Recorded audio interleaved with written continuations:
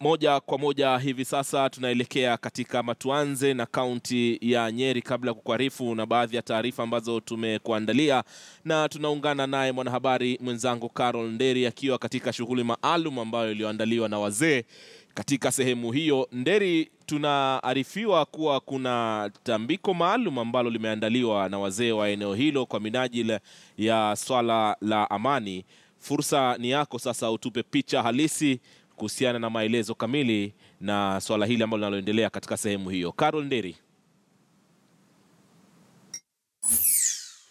Asante sana mwenzangu Manzu. Naam, jambo la kusisimua ambalo linaendelea hapa kama ambavyo umetaja, tuko katika kaunti ya Nyeri, lakini hususan tuko katikati mwa msitu wa Mlima Kenya, Mount Kenya Forest, ambapo tambiko hilo ambalo umetaja liko karibu wakati wowote lingali tayari kuanza. Kwa sasa kama unavyoona mwenzangu, wazee ambao wako nyuma yangu wako tayari kabisa kuanza tambiko hili mahususi la kuitakasa na kuiombea taifa la Kenya siku chache tu kabla ya uchaguzi mkuu kufanyika. Wanataka amani idumishwe na Wakenya wote. Kama ambavyo umesema, ni jambo la kusisimua sana. Kuna wingu la msisimko hapa katikati mwa msitu wa Mlima Kenya. Wazee ndio unaona. Vile vile sijui kama unaweza kumtazama kondoo ambaye yuko hapa.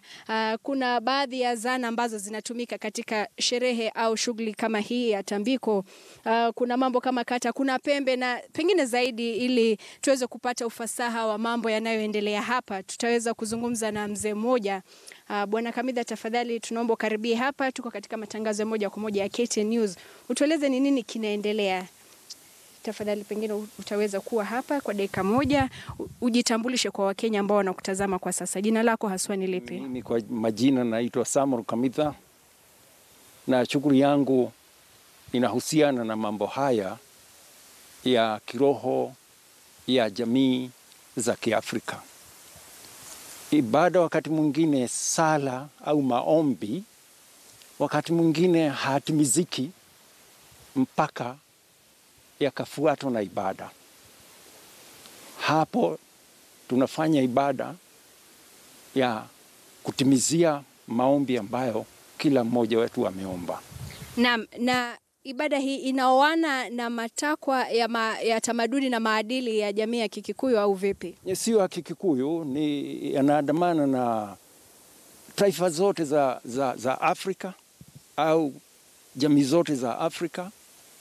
Na hata unaiona vizuri katika Biblia, kwa sababu Biblia ni watu ambao walikuwa wametoka Afrika na walikaa huko miaka 400, halafu wakaondoka na ile desturi ya kuomba na kutoa sadaka ya mbuzi. Naam, mbona mko katikati ya msitu? Sababu tumefika mpaka hapa Mount Kenya Forest. Mbona mkachagua eneo hili? Vile tujuavyo ni kwamba mahali ambapo kuna msitu, Mungu huwa karibu sana. Mungu wa mtu mweusi, wa Mwafrika, wa nani, wa Myahudi huwa karibu sana mahali ambapo kuna msitu. Hilo ni swala lingine kubwa linastahili kuelezwa wazi wazi. Naam. Naona umebeba kata au calabash. Ngine Manzu, tazamaji nafikiri wanaweza kutazama vizuri. Tueleze hii ni ya kazi gani katika tambiko? Hii kata huwekwa maji ambayo hutakasa yeyote ambaye atahusika katika ibada hii. Kwanza ni lazima aoshe mikono yake au anawe mikono, hilo likithibitisha kwamba yeye hahusiki na hatahusika na mapepo, kwa sababu tatizo tulionalo katika nchi hii ni mapepo ambayo yanasumbua watu na kutishia watu. Ukiona mtu anaongea kusema nitakupiga, tutafanya hivi, si yeye, ni pepo. Mambo ya ukabila na chuki miongoni mwa Wakenya unasema? Ukabila si tatizo la nchi hii. Ukabila hapa uliletwa na mkoloni. Hakuna mahali katika historia tunaona watu wakipigana katika nchi ya Kenya. Hili ni jambo lililetwa na mzungu. Naam. Naona kondoo. Nafikiri mpiga picha wetu Samson Ndege naweza kutaza. Usiondoke mzee, tafadhali. Tueleze mbona huyu kondoo yuko hapa? Pengine kwa wale ambao hawaelewi tamaduni na itikadi za jamii. Itikadi za jamii, huyu kondoo huyu ameletwa hapa ile maombi tunaomba, ile maovu ambao iko katika nchi ya Kenya yatabebwa na huyu kondoo. Mtamfanyia nini? Tutamfunga sehemu yote iwazi, kama ni macho, mdomo, masikio na sehemu za nyuma zake, tukimaliza maombi. Hiyo ni kusema ndiye atabeba tabu za nchi ya Kenya ambazo tunazo sasa. Na hili ilikifanywa, nchi huwa tulivu tena. Naam. Naona pia kuna zana zingine pale, nadhani ni pembe. Karibia mzee tafadhali, njoo. Sababu ni jambo la kusisimua, njoo karibu tuweze kuona ni nini ambacho umebeba. Ni kidude, naona ni pembe. Sijui, naam, tueleze kazi yake nini pia. Kazi ya pembe hii hupulizwa mara 7. Hebu tuonyeshe. Tuonyeshe tafadhali. Huwezi kupuliza mara 1 au mara 3 au mara 6, ni lazima iwe mara 7. Hiyo pembe mara 7 kuipuliza, ungali unaomba, kuna kitu unaambia Mungu. Lakini mambo ya Mungu kupeleka hiyo maombi yako, tunatumia malaika 7 ndio wanakwenda mbinguni kupeleka hayo maombi yenu. Sisi tutaomba, lakini hatuna uwezo kupandisha maombi. Ni malaika 7 ndio watapandisha maombi. Hivyo ni kusema siku zote za wiki zinakuwa zina amani. Ndio maana mara 7. Pengine utuonyeshe ni vipi ambavyo mtafanya katika kupuliza. Katika kupuliza, huwezi kufanya maonyesho, unasubiri mpaka kazi ianze. Kwa sababu tukianza kucheza na hii, itakuwa sasa tumekwenda kinyume. Kwa hivyo huwezi onyesha kabla ya sherehe yenyewe. Waambie wataiona tukisherehe ikianza, kwa sababu tukifanya ile inakuwa kama tunacheza na kitu muhimu sana au sadaka kubwa. Hapa watajionea tukianza. Na kama ambavyo mlikuwa mmenieleza, sababu ni sherehe ya kitamaduni, ni sherehe ya kutakasa taifa la Kenya, kuiombea. Kwa mmesema mtoto wa kike kama mimi hastahili kukaribia hapa, japo mmenikaribisha nije, sababu hamjaanza. Ni kwa nini mwanamke haruhusiwi kukaribia hapa? Sababu baada ya mkianza mtaniambia niondoke. Utakondoka na utakwenda uketi kitako mahali hapo chini. Huwezi kuwa hapa. Kwa sababu maombi huenda yasipae yakarudi chini. Na hiyo tumeambiwa. Ndio unaona mambo mengi ya Mwafrika mzee ndiye anaongoza. Wewe ukija hapa najua itakwenda halafu haitatimizika. Kwa sababu kazi yangu ni kuongea na Mungu. Kazi yako wewe ni kuleta watu hawa wote ambaye wanakuwa sasa ndio wenye kusimamia mambo kama haya. Una ujumbe upi mzito kwa Wakenya? Sababu ni siku chache tu zimesalia. Ungetaka Mkenya katika pembe zote za Kenya, awe kule Nyanza, awe magharibi, wapi, pwani, mashariki, ujumbe gani kama mzee wa jamii? Wakae vile wanavyokaa mbele ya uchaguzi.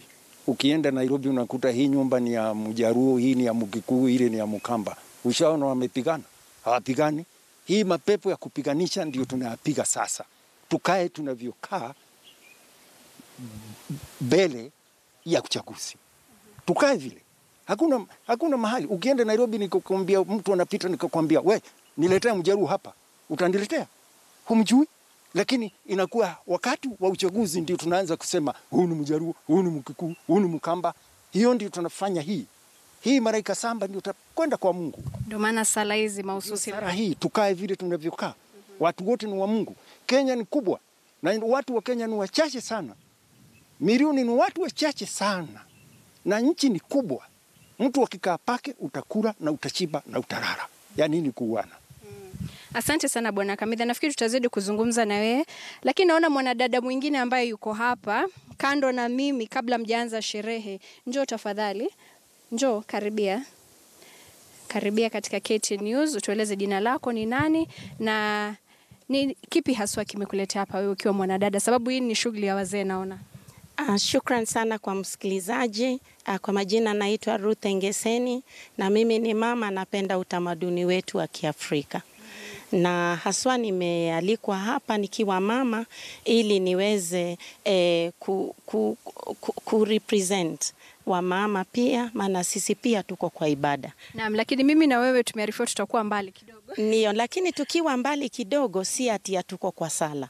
Tuko kati ya nyumba ya Mwafrika ambayo si tunakaa kando na wazee wanasongea Mwenyezi Mungu. Na hata Mungu wakati alimuita Musa, alijua Musa ana bibi, lakini alimtuma Musa aende akatimize kazi fulani, lakini alijua ako na mama na mama alikuwa kando, basi wakaenda. Wakati Musa alikuwa anaenda kwa Firauni, alikuwa haendi na yule bibi, kwa ajili alikuwa anatimiza ahadi ya Mwenyezi Mungu. Naam, ukiwa mwanamke katika muktadha wa utamaduni kama ambavyo shughuli zinazoendelea kwa sasa, juhudi ya mwanamke kudumisha amani au jukumu lake la kuhakikisha kwamba Wakenya wanaishi kwa amani na upendo na utangamano, kuanzia tu katika kile kitengo cha jamii, ukiwa mwanadada utasema nini?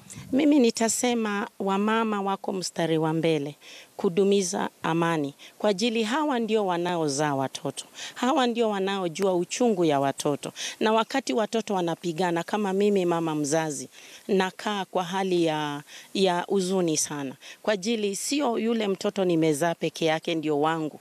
Watoto wote ambao wako Kenya saa hii, warika ya watoto wangu ni watoto wangu. Na ndipo kwa ajili wamama wakae kwa mstari wa mbele kupenda nchi ya watoto wao ambayo ndio boma ya watoto. Kila mwaka ninafahamu kwamba wewe huwa unaandaa sala ambapo watu kutoka pembe zote huwa wanazunguka msitu huu wa Mlima Kenya. Hapa tuko katika msitu wa Mlima Kenya.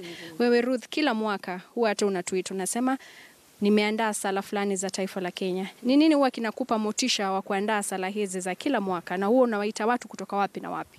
Okay, kile huwa kinanipa mtisha wa kuja kwa haya sala ni kumpenda Mwenyezi Mungu na pia kupenda utamaduni wetu na kujua ya kwamba Mwafrika alikuwa anamjua Mungu hata kabla wakoloni hawajakuja, na kuna maombi yetu ya nguvu sana tulikuwa nayo na tulikuwa tunaifanya na Mungu anatutendea makubwa. Basi mimi huwa nawaalika nikiwa kama tourism director wa Gikuyu and Mombi Cultural Museum, na pia mimi ndio coordinator wa maombi. Huwa nawatangazia watu waje tuzunguke mlima wetu wa Kenya.